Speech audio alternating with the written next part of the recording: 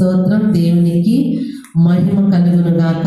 దేవుడి దినం మనతో మాట్లాడుతున్న మాట నిర్గమాకాండం 4వ అధ్యాయం 24వ వచనం. నిర్గమాకాండం 4వ అధ్యాయం 24వ వచనం.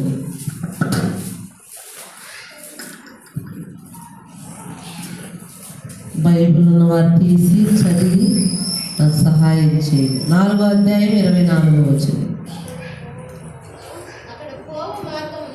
అతడు పోవు మార్గమున సత్యము సత్రములో యెహోవా అతనిని ఎదుర్కొని అతను చంపజోడగా సిపోరా వడగల రాయి తీసుకొని తన కుమారునికి సున్నతి చేసి అతని పాదముల యొద్ద అది పడవేసి, నిజముగా నీవు నాకు రక్త సంబంధిమైన పెనిమిటివి అయితివని అంతటా ఆయన అతన్ని విడిచెను. అప్పుడు ఆమె ఆ సున్నతిని బట్టి నీవు నాకు రక్త సంబంధిమైన పెనిమిటి వైద్యవలను. దేవునికి స్తోత్రం. దేవునికి మహిమ కలుగును గాక. నాకు అప్పుడు వివాహం కాలేదు. నేను కొత్తగా యేసు ప్రభువుని నమ్ముకున్నప్పుడు బైబిల్ చదివేటప్పుడు నాకు ఈ మాట చాలా భయం వేస్తుంది అన్నమాట. మోషే అంటే చాలా మంచి భక్తుడు కదా, పెద్ద భక్తుడు కదా. ఆయన ఎర్ర సముద్రాన్ని 2 పాయలు చేయగలిగినాడు. అవును కదా. ఇశ్రాయేలీయుల కోసము దేవుడు ఐగుప్తుకి మోషేని పంపించినప్పుడు 10 అద్భుతాలు చేశాడు కదా, ఆయన ద్వారా జరిగించాడు దేవుడు. అయితే ఇంత పెద్ద భక్తుడిని దేవుని దూత ఎందుకు చంప చూశాడని నాకు ఒక క్షణం భయం వేసింది అన్నమాట. ఈ మాట నాకు పెద్దగా అర్థం కాలేదు అప్పుడు.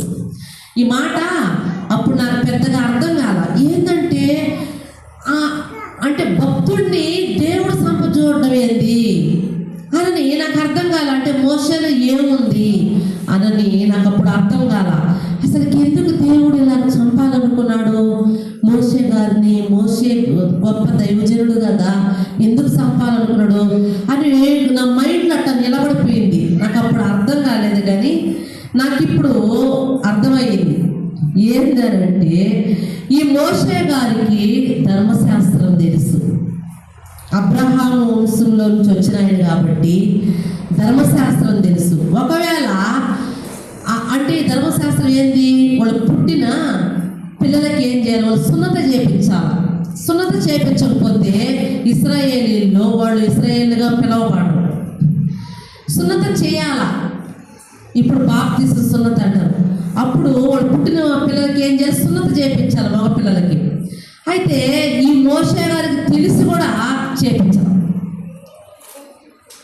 తప్పు ఎవరు చేసినా ఖచ్చితంగా శిక్ష అనేది తప్పనిసరిగా దేవుని కాడి నుంచి వస్తుంది. అంటే అది ధర్మశాస్త్రం అని తెలుసు, ఇలా చేయించాలని తెలుసు, కానీ చేయించాల. కానీ సిపోరాకు తెలియదు. ఇంకా పిల్లల్ని ఎందుకు చంప చూడలేదు అంటే పిల్లలకు కూడా తెలియదు. సిపోరాకు ఎందుకు చంపాలా అనుకోలేదంటే సిపోరాకు కూడా తెలియదు. ఈయన మాత్రం అబ్రహాం సంతతి వారు కాబట్టి ఈయనకు మాత్రమే దేవుడు చంపాలనుకున్నాడంటే. ఎందుకంటే దేవుని మాట ఏం లేదు, దేవుని మాట ధిక్కరించాడు కాబట్టి.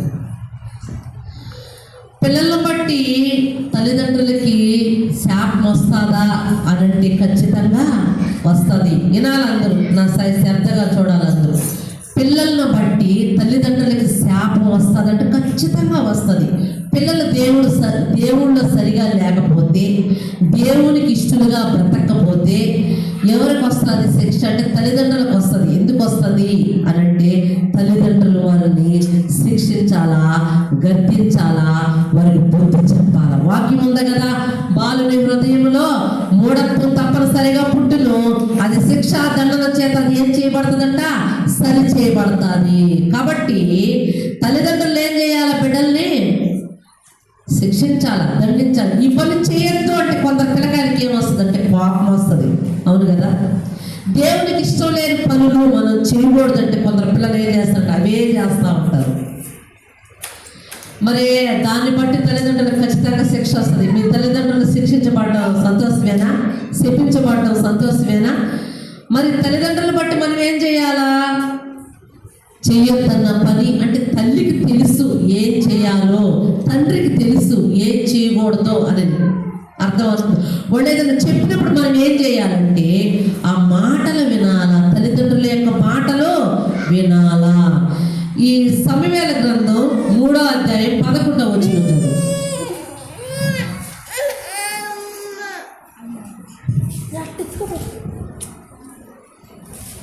సమూయేలు గ్రంథం 3వ అధ్యాయం 11వ వచనం. అంతట యెహోవా సమూయేలుతో ఇలాగ సెలవిచ్చును, ఇశ్రాయేలీయుల్లో నేను ఒక కార్యము చేయబోచున్నాను, దానిని వినువారందరి చెవులు గింగురమనెను. ఆ దినమున ఏలియా యొక్క ఇంటి వారిని గూర్చి నేను చెప్పినదంతయు వారి మీదకి రప్పిత్తును. దాన్ని చేయ మొదలుపెట్టి దాన్ని ముగింతును. తన కుమారులు తమను తాము శాపగ్రస్తులుగా చేసుకునుచున్నారని ఎరిగియో వారిని గర్దించలేదు కనుక అతని ఇంటికి నిత్యమైన శిక్ష విధింతునని నేను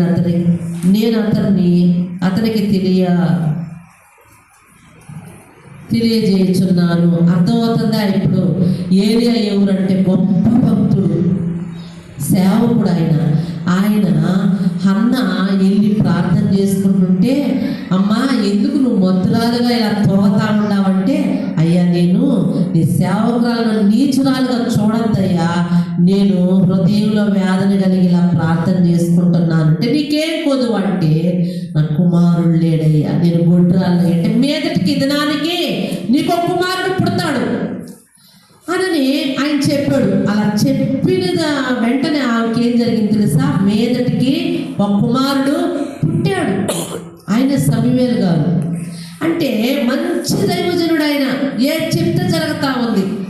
మంచి దైవజనుడు. అంత మంచి దైవజనుడికి ఎందుకు ఇలాంటి శిక్ష అంటే, వాళ్ళు దావ తప్పిపోతున్నా, వాళ్ళు చెడిపోతున్నా వాళ్ళని గర్తించలేదంట, వాళ్ళకు బుద్ధి చెప్పలేదంట, వాళ్ళకు భయం చెప్పలేదంట. కాబట్టి ఏం జరిగింది? ఒకే రోజు కుమారులు ఇద్దరు యుద్ధంలో చచ్చిపోయారు.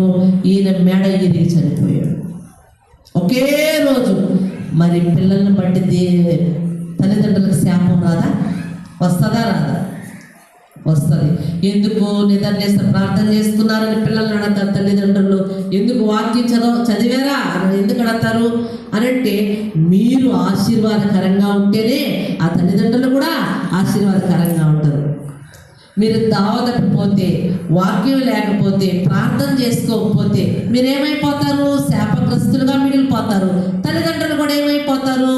వారిని బట్టి, వారిని క్రమశిక్షణగా తల్లిదండ్రులు పెంచలేదు కాబట్టి దేవుని కాడ ఏమైపోతారు? శాపగ్రస్తులు అయిపోతారు.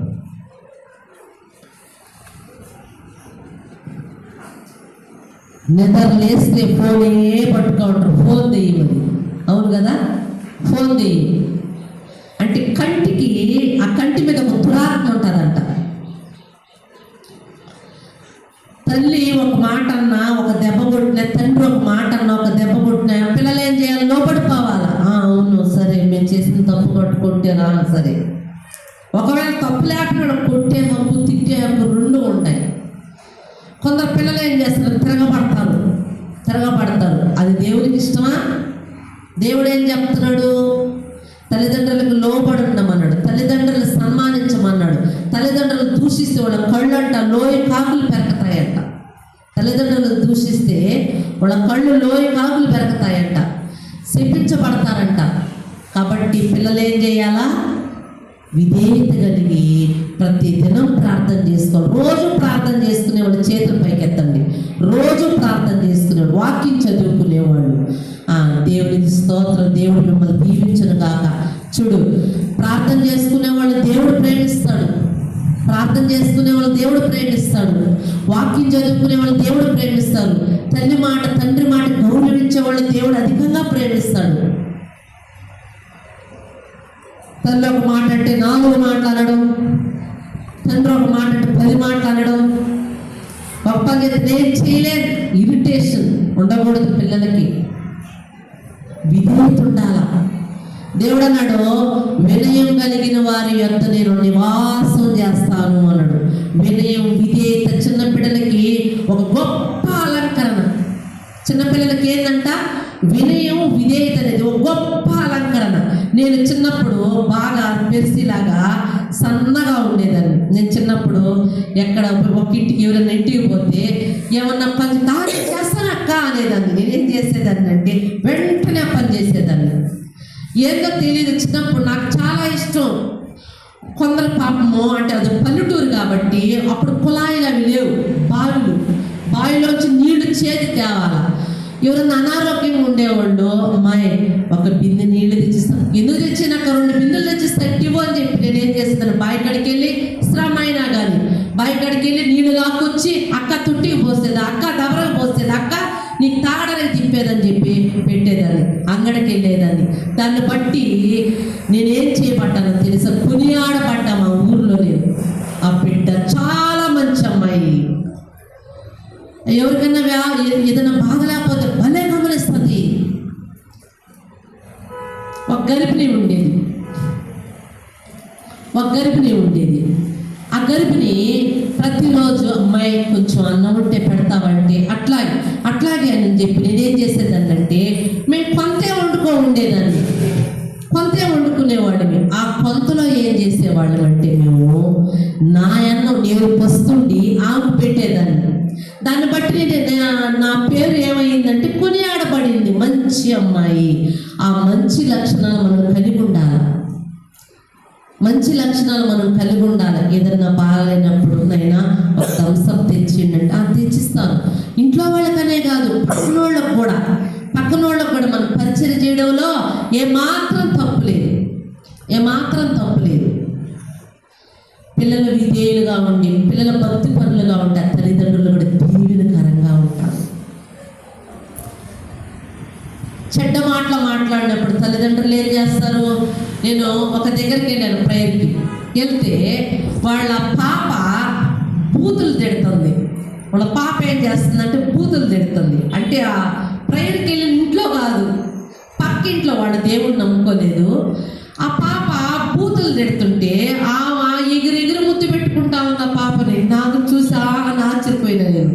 ఎగిరెగిరి ఎంత చిన్నగా ఎంత మంచిగా ఎంత బుజ్జి మాటలు మాట్లాడుతున్నావు, ఎంత బుజ్జి తల్లి నువ్వు అని ఆ అమ్మాయి ఎగిరెగిరి ముద్దు పెట్టుకుంటుంది. కానీ అది ఒకవేళ వాళ్ళకి తెలియదు పాపం దేవుని గురించి, లోకస్తులు కాబట్టి. క్రైస్తవులం అయితే మనం ఏం చేస్తాం? అలా మాట్లాడకూడదు, తప్పు. దేవుడు నాలుకనిచ్చింది దేవుని స్తుతించడానికి, దేవుని ఘనపరచడానికి, దేవుని ఆరాధించడానికి. అనేకులకి మనం యేసయ్య గురించి తెలపడానికి నాలుకనిచ్చింది. వ్యర్థమైన మాటలు మాట్లాడకూడదు అని తల్లిదండ్రులు ఖండించినప్పుడు కొందరు పిల్లలు అంటారు, ముందు నువ్వు బాగా మాట్లాడు, నువ్వు ఎట్ట మాట్లాడుతావు, నువ్వు బాగా మాట్లాడు, ముందు అలా మాట్లాడకూడదు. మనం ఏం చేస్తాం? అలాగే ఇక్కడ మాట్లాడాలే, తప్పైతే తెలియక ఇంకెప్పుడు మాట్లాడాను అనాల. విధేయతగా ఉండాలి. ఎరిగి తప్పు చేస్తే ఖచ్చితంగా దేవుని చేతిలో పడతాం. చిన్నపిల్లలుగా ఉన్నాడు ఏం చేయాలా? విధేయత, వినయం కలిగి ఉండాలా, మంచి మనసు కలిగి ఉండాలా. దేవుడి కొద్ది మాటలు దీవించి ఆశీర్వదించుకున్నాడు.